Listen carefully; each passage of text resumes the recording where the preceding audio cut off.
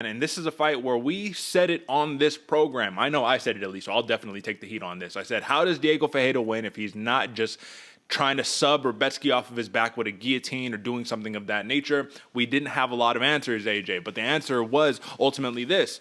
Granite chin. War of attrition, you outlast him, and then you beat him up, and you make sure he can't see out of either eyes. What did you think about the performance here? Man, we've said it time and time again. When you have those marauders, those people are just going to walk you down. They're used to bullying people in the cage.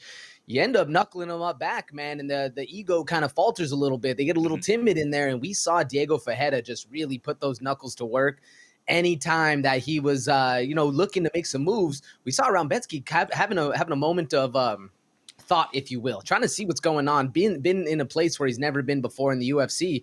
And this was an eye-opener for a lot of people out there. You can't really sleep or you can't bet on a minus 400 favorite with full confidence anymore. The fact that Rebecki was gassed like 2 minutes into round two was just very telling, because it's like, oh man, you really blew out the reserves that quick. But it goes to show some of these guys, you are steamrolling time and time again. You say, losing isn't a possibility, right? Everybody will wilt under my pressure. And Diego Ferreira, with the veteran experience and the jiu-jitsu repertoire to be able to create scrambles and get back up to his feet, it was a hallmark for live dog status almost. I don't know. I want to reassess this one, man, because if you take a look back at it, obviously all of these numbers by Ferreira, they kind of came towards the later stage of the fight. He's getting his legs kicked out from him. Look at the takedowns, 4 for 5 for Rebecki, right? So takedown reversals and takedowns for Ferreira. He landed his own. He closed, I believe, at plus 315. That was like the current odd that we were looking at before the fight before the fight started, excuse me. So my question is this.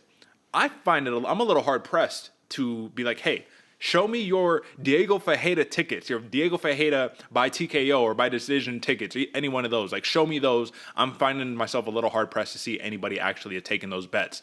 Is this, in revisionist history, something you can even validate to say you would have taken the bet, or 9 out of 10 times you're going Rebecki, especially with how heavy of a favorite he was? I think 9 out of 10 times, Derek, you're still looking at how that money lays out, right? Especially with how, I don't want to say new Rebecki is to the sport, but new to a lot of these people's eyes, a lot of the bettors' eyes. You can't just go in there and instantly think, it's going to be one way or the other. So I do think 9 times out of 10, that is the smart play. But man, when a live dog comes in, and especially a dog like Diego Ferreira or of similar cloth, it's a hard bet, man. If I'm not mistaken, Rebecki came into the fight on like a 16-fight win streak too. So that's another reason why when you take a look at the numbers and you say, all right, 19-2 now, right?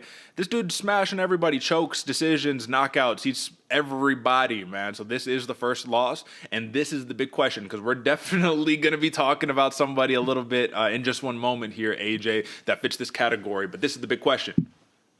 Fraud check? Was Rebecki fraud checked, or is this just a loss by a crafty veteran?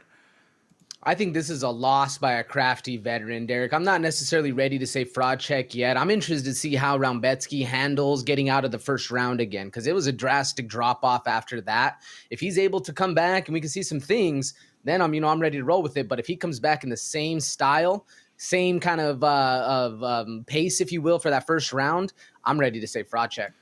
All right, well, I guess we will just have to wait and see, but there was other plus money that did cash on this fight. The over 2.5 rounds was plus 315. This is the same exact odd as Diego Ferreira winning right here, man. So if you bet the over right there, oh man, show me your tickets. Show the tickets. Email them in. Do what you need to do, man, because, hey, listen, we need to have a conversation. But I'm just saying, dog was barking right here. We need to get a dog effect, a barking dog effect for when some of these cash right here, because I'd love to see that one.